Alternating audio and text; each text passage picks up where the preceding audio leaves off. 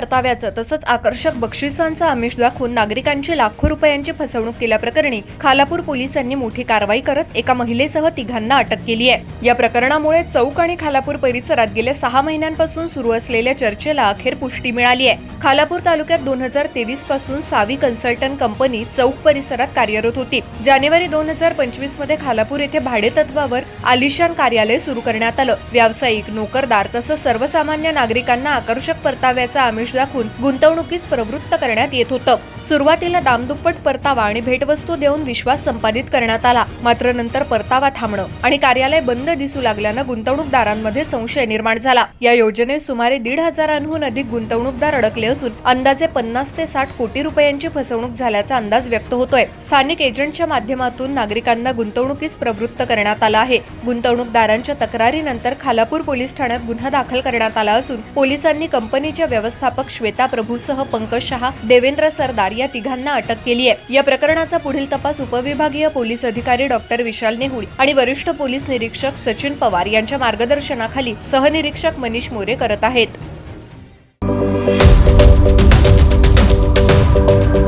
यूट्यूबवर सुद्धा Raigad times search करा आणि पहा रायगडच्या कानाकोपऱ्यातील प्रत्येक बित्तम बातमी।